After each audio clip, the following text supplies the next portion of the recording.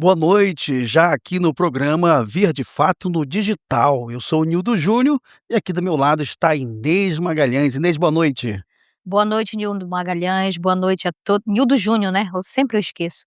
Nildo Júnior e a todos aqueles que nos ouvem neste horário.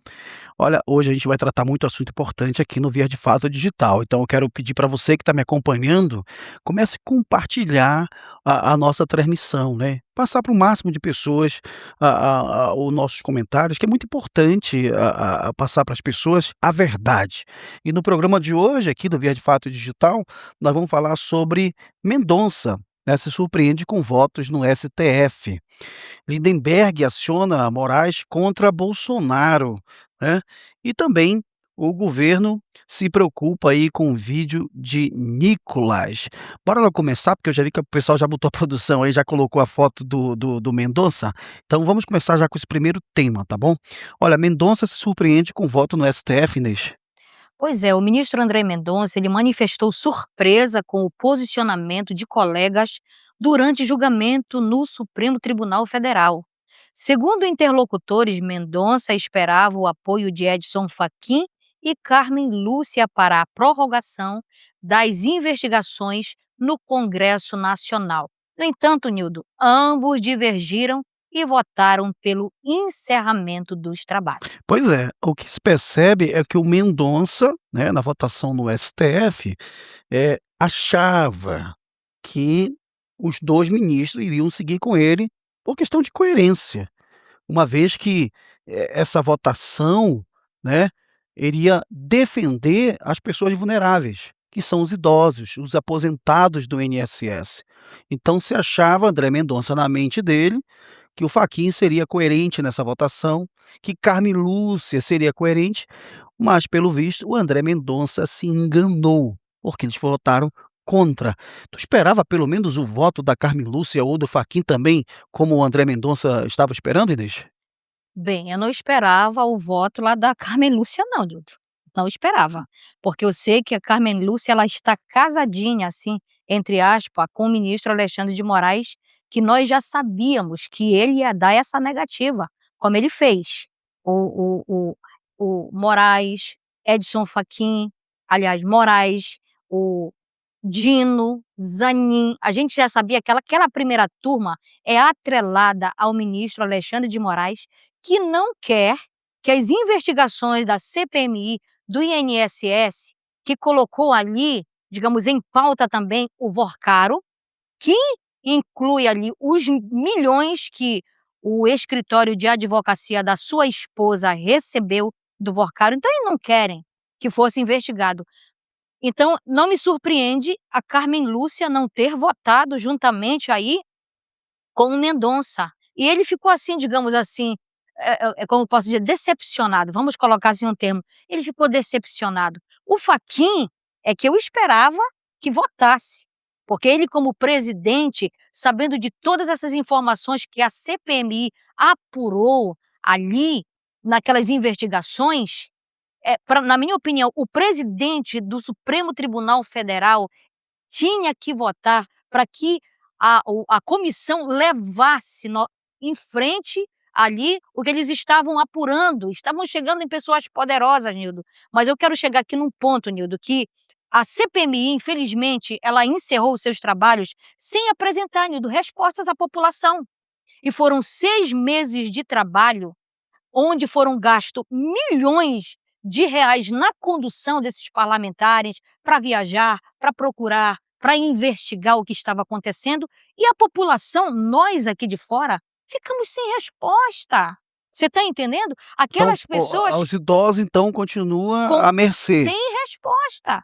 Porque, segundo o André Marcílio, eu estava vendo um comentário dele ontem, o advogado André Marcília, ele diz que a gente não precisa, digamos assim, pensar que encerrou, jogou um pá de cal ali na situação, não. A Federal vai pegar esses dados e pode ser que ela faça uma investigação independente. É, Então dá uma na verdade esperança. é assim, o relatório foi feito, né, Inês, foi passado para a Polícia Federal, para o Ministério Público, inclusive, talvez tu não tenha ciência disso, mas o Ministério Público que está investigando não é o PGR não, tá, é o Ministério Público de primeira instância, aqueles cara que são concursados, que não deve nada a ministro, a ninguém, não é um Gundê da vida que deve ao presidente ou a ministro. Que está atrelado, né. Pois é, por quê? Porque tem pessoas ali que não tem nada a ver com o STF que está sendo investigado, que são familiares, ministros, etc e tal. Essas pessoas vão ser investigadas, Inês, pelo Ministério Público Estadual ou federal, né, mas local, não a PGR. E aí, pode acontecer muita coisa que pode surpreender, mas isso tudo tem seu tempo e tem sua hora, tá. Então, vamos acreditar que esses que roubaram o nossos idosos do INSS, esses que saquearam, esses que os ministros protegeram, uma vez que eles suspendem a investigação para que se prolongue mais a investigação, eles defenderam. Agora, o que era para parar, por exemplo, com o ministro Alexandre de Moraes, que tem aí uma investigação sobre as fake news, quantos anos? 7 anos e não acaba essa investigação.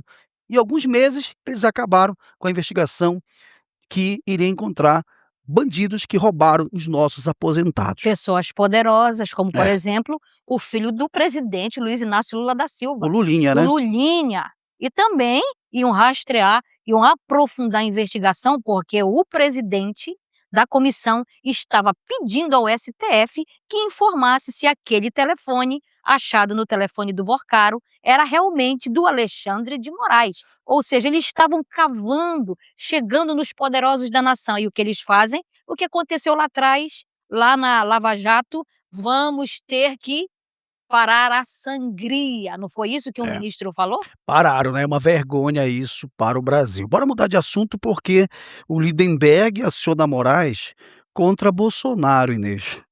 Sim, olha só, mais uma do nosso queridinho Lindbergh, né? O deputado Lindbergh Farias acionou o ministro Alexandre de Moraes do Supremo Tribunal Federal solicitando o fim da prisão domiciliar do ex-presidente Jair Bolsonaro. No pedido, o parlamentar afirma que Bolsonaro teria descumprido medidas cautelares impostas pela Justiça, como restrições ao uso de redes sociais. A solicitação foi protocolada no dia 30 de março de 2026 e será analisada pelo STF. O caso ganhou repercussão após Eduardo Bolsonaro mencionar que mostraria, aliás, um vídeo ao pai, o que levantou questionamentos sobre possível violação das medidas impostas. Temos o vídeo aí do Eduardo Bolsonaro, Nildo, onde ele aparece lá no CIPAC, nos Estados Unidos. Aí ele diz o seguinte: eu vou registrar aqui esse momento onde eu estou mostrando para o mundo que o meu pai é um preso político no Brasil e vou mostrar o vídeo para o meu pai. Foi o que ele fala, o que está É, mas o que a registrado gente nas observa falas dele. que a gente observa Aí o que acontece, Nildo? A mídia do Brasil pega isso e acha que ele está fazendo uma live onde o Bolsonaro está assistindo ao vivo, porque ele tem restrições a mídias sociais, e marca um Moraes. Eu não coloquei, nessa matéria aqui, o print da pessoa que marca o Moraes e diz: "STF, atenção, medidas cautelares estão sendo descumpridas. certo, O filho de Bolsonaro está transmitindo ao vivo para ele". Quando ele não estava transmitindo ao vivo, ele estava gravando o vídeo. Aí certo. o que acontece? Moraes dá 24 horas para que os advogados de Bolsonaro venham se manifestar se ele havia descumprido uma cautelar que ele havia imposto, que ele não pode chegar perto, digamos, das mídias sociais, mas ele pode ver um vídeo, ele pode ver televisão. Aí é que está o dilema desta, digamos, desse mandato que ele manda os advogados darem essa resposta, Nildo. Tá, agora vamos lá, vamos para os fatos, né, importante entender. Quem é que está preso? É o Eduardo Bolsonaro ou o Bolsonaro, né, o ex-presidente da república? Quem está preso, quem está com restrições, é o Bolsonaro. Ele tem as restrições. O Eduardo Bolsonaro está em outro país. Ele é uma pessoa, ele é uma terceira pessoa. Ele é uma outra pessoa, ele não é o Bolsonaro. A restrição está ao Bolsonaro. Então o Alexandre de Moraes quer cobrar algo do ex-presidente Bolsonaro do filho dele. ele não pode sofrer nenhuma restrição maior do que já está recebendo, por causa do filho e do que está fazendo. Então, o regulamento jurídico que o Alexandre de Moraes está usando, não existe na Constituição brasileira. Não existe isso. Não existe de o pai pagar pelo filho se o filho cometeu algum erro. Quem paga é o filho, não o pai, né. O caso aqui, se o filho, até porque o filho não cometeu erro nenhum. O Eduardo Bolsonaro fez o quê? Uma gravação e disse que iria mostrar o pai. Gravação é presente e iria mostrar o pai é futuro. É no futuro, não era ao Sim. vivo, ele não disse: "Eu estou ao vivo aqui com meu pai". E outra coisa, ele podia até dizer: "Estou ao vivo aqui com meu pai", mas tinha imagem mostrando que o pai estava sendo visto, que realmente estava gravando, então não tem porquê o Alexandre de Moraes querer cobrar isso dos advogados, né, do Bolsonaro, para que se esclareça algo que terceiros fizeram, não o Bolsonaro. Uma intimação, não, mas o que chama atenção é aquilo que eu falei, é que o Moraes, ele foi por fontes jornalísticas, num print de uma pessoa, com certeza de um viés de esquerda, aí ele pega esse print, baseado nesse print, você lembra do Felipe Martins? Hum. Que foi preso por causa de uma reportagem de um jornalista que disse que ele viajou para os Estados Unidos. E até hoje o Felipe Martins está preso por causa de uma alegação falsa dada por um pseudo-jornalista que, digamos assim, inventou uma mentira, não foi provado. Os Estados Unidos até hoje está nesse caso do Felipe Martins, analisando esse caso, que foi colocado ali, digamos, de forma falsa o nome dele ali naquele coisa de imigração dos Estados Unidos e está preso. E o Bolsonaro agora tá, digamos assim, o Lindbergh quer mandá-lo para a cadeia por causa de um vídeo em que ele não estava ao vivo com o filho, um vídeo que o filho estava gravando, e o Moraes pega novamente fontes da imprensa, de mídias sociais, para acusar Tá. um ministro da Suprema Corte Tem um fazendo detalhe, isso. Inês, tem um detalhe interessante. Tu usa o nome do Lindenberg, porque essa fala do Lindenberg, quando ele aparece querendo a prisão ou mais restrição para o Bolsonaro, da situação que ele está passando, é para justificar um erro que tu não percebeu aí. Porque quem toma a atitude, a primeira decisão de pedir resposta da família do Bolsonaro é o próprio ministro. O Ele é ministro provocado pelo Lindbergh. não, Inês, ele foi provocado depois. Primeiro ele tomou a decisão, primeiro ele tomou a decisão por ele mesmo. Depois o Lindbergh aparece como gaiato, para justificar agora o erro do próprio ministro, porque ele tomou decisão própria, não foi o Ministério Público, não foi a Polícia Federal, ninguém houve essa denúncia. Foi ele mesmo que tomou essa decisão. O Lindbergh aparece depois No para despacho, esclarecer, para sim. esclarecer, E num despacho tá. que muitos que estudam o direito, e até mesmo quem conhece a língua portuguesa, viu muitos erros de português no despacho de um juiz É. da Suprema É, a Corte. gente sabe que era para ter pelo menos ali uma assessoria que ganhe bem, né, para poder fazer o correto, pelo menos nos textos ali, né. Bem, deixa eu mudar de assunto aqui, porque é o seguinte, o nosso programa é bem rápido, o Via de Fato Digital, nós estamos aqui na terça e na quinta-feira, sempre às 22 horas, tá, à noite, trazendo para você muita informação do cenário nacional. Então você que está me acompanhando, se inscreva no canal, compartilhe bastante, porque aqui a gente tem um papel fundamental de levar a verdade para o Brasil, tá bom? Eu agradeço a atenção de vocês. Tem aqui o QR Code, esse QR Code aqui, você não paga nada, não é para doar nada, é para você ser membro do grupo Via de Fato no WhatsApp. Você vira membro do grupo do Via de Fato no WhatsApp para dar dicas, recomendações, passar pauta, matérias pra gente, tá bom? Agora deixa eu passar para a próxima matéria, porque o nosso programa é rápido. Governo se preocupa com o vídeo de Nicolas, é isso? Vai lá, Sim. Inês. O vídeo do deputado Nicolas Ferreira em resposta à primeira-dama Janja gerou forte repercussão nas redes sociais e acendeu alerta dentro do governo. Nos bastidores, integrantes do Planalto avaliam com preocupação o impacto do conteúdo, que ultrapassou milhões de visualizações em poucas horas e ampliou o debate político online. Integrantes do Planalto se preocupam, Nido, com esse vídeo, com a imagem negativa que o Lula pode ter por causa das respostas do Nicolas. A gente tem aí o vídeo do Nicolas Ferreira, digamos assim, rebatendo as falas da Janja, depois que ele gravou um vídeo falando sobre aquele PL da misoginia, que gerou uma polêmica aí no Brasil, sobre aquelas falas ali que você não pode mais falar nada contra uma mulher que você pode pegar, digamos, de 2 a 5 anos de cadeia. Ele veio, o Nicolas fez esse vídeo e a Janja rebateu o vídeo do Nicolas e ele deu essa resposta e deu essa repercussão. Vamos ver o vídeo. Obrigado, Janja, por mostrar que agora eu tenho mais do que certeza de que eu tô no caminho certo. Enquanto você se preocupava em atacar outras mulheres, mulheres eram mortas. Não atacar outras mulheres? Espera aí. Você deve estar me confundindo com o filho do teu marido, que te chamou de puta. Nunca vi uma nota sua, uma indignação falando: olha, eu discordo disso, ele precisa ir pra cadeia, ele foi misógino. Não, ó, silêncio, porque é o filho, né, do meu marido, é o Lulinha, o que eu vou fazer?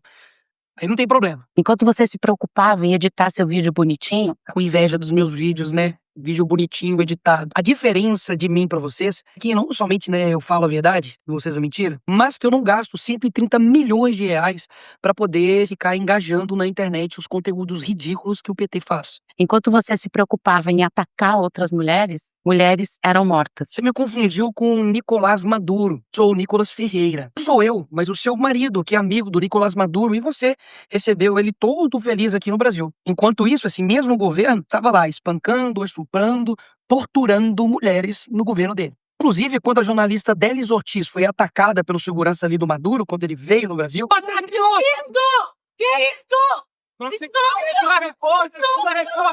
você e o Lula ficaram em silêncio contra uma agressão feita a uma jornalista mulher. É a primeira vez que você ficou em silêncio, né? Até mesmo porque você não lembra do Silvio Almeida, que foi expulso do governo do Lula por ter ali cometido assédio sexual contra outra ministra mulher. E um cara vai cometer um crime no futuro, não dá pra poder prever. Mas sabe o que dá pra fazer após disso? Se manifestar, se posicionar. Foi exatamente isso que você fez, só que o contrário. Você simplesmente se solidarizou com a ministra, mas ficou em silêncio com a atitude do Silvio Almeida. Aí eu te pergunto, ele era ministro do Lula. Se ele fosse ministro do Bolsonaro, você ficaria em silêncio? Pois é, isso não é defender as mulheres. Isso é defender as mulheres que te convém. E se silenciar quando não te convém. Pois o silêncio. Olha, a gente percebe aí a fala do Nicolas, né, em defesa à Janja, né, a resposta à Janja. A Janja, a gente vai ver o vídeo dela, deu 800 pessoas. 875 mil visualizações. E o Pois é. dele, em Hã. 24 horas, bateu 21 milhões. 21 milhões de pessoas assistindo o Nicolas, ou seja, está com uma audiência muito grande. Agora, tudo que a esquerda faz, né, com aquela linha, assim, aquela capa de proteção às mulheres, né, na verdade ela surge agora nesse período eleitoral, porque eles queriam o quê?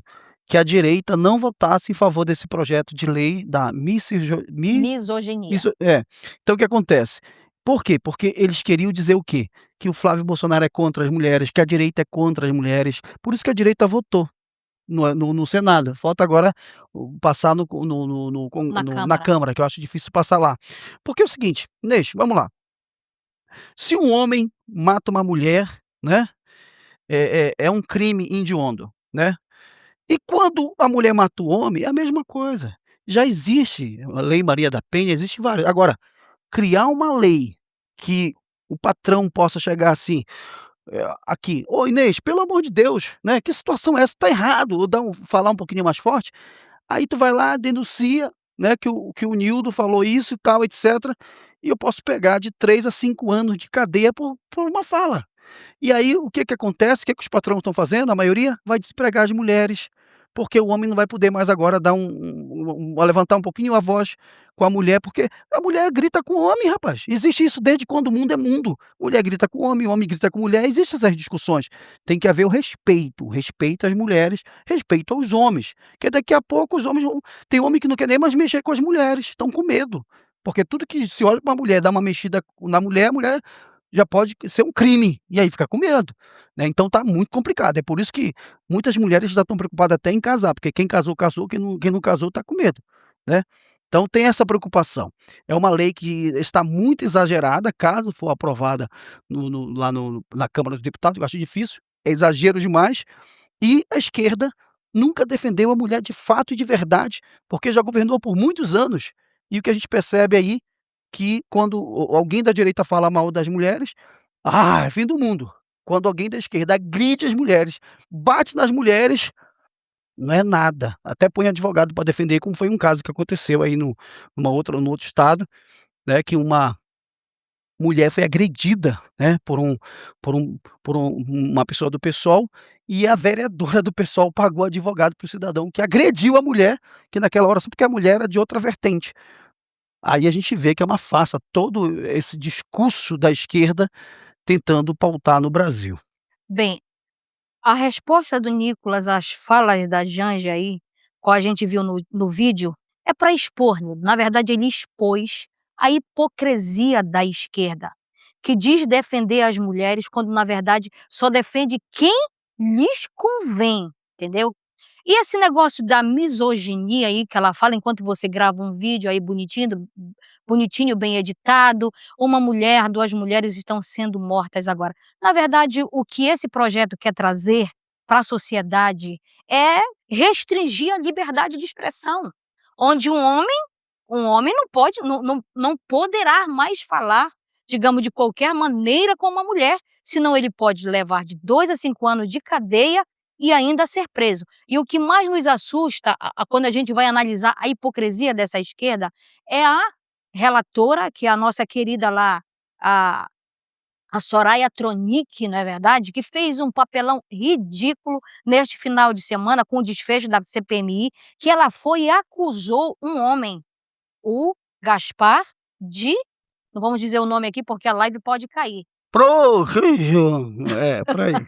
Acusou, né. Ela acusou este homem de ter um filho fruto de uma violência sexual, vamos falar assim, uma mulher acusando. E ela diz que se provar, ela vem a público e pode se manifestar, Pedir desculpa. pedir Ou seja, desculpas. denegriu a imagem, queimou a imagem, Aí sujou a imagem de um parlamentar, de uma pessoa, de um cidadão. Aí para você ver como esse projeto, ele tem, digamos assim, nas suas veias, algo demoníaco, que aconteceu um fato lá em São Paulo da Simone Tebet, está indo para ali se eu não me engano, ela vai ser senadora pelo estado de São Paulo, aí o Nunes Candidata, foi. senadora. O Nunes fez uma fala para ela, e ele acusou o Nunes de misógino. Ela acusou. Sim, ela acusou o Nunes de misógino por uma fala que associou a pessoa dela com o Lula. Você está entendendo? Então eles querem, na verdade, a esquerda, na verdade, ela quer pegar esse projeto, esse PL da misoginia, para fazer o quê? Restringir a liberdade de expressão da direita, porque contra a esquerda tudo é válido. Por exemplo, o Lindbergh criar uma situação, acusar um deputado federal daquela situação que ele acusou e nada aconteceu com ele. É. Agora eu te pergunto, se fosse um deputado, se fosse ao contrário, fosse um deputado de direita, você não acha que a imprensa já estaria acima, já não estaria sendo caçado, o Lindbergh já tinha se levantado, levado para o STF para caçar? Então, na verdade, eles criam isso que é para tirar a liberdade desse grupo político que tem crescido muito no Brasil, e eu tenho certeza que vai dar de lavada em 2026 nesses políticos de esquerda. Neisa, obrigado pela sua participação aqui no programa Via de Fato Digital. A gente volta na próxima quinta-feira, sempre às 22h22 de programa para você aqui no Via de Fato Digital. Tchau, tchau, Brasil!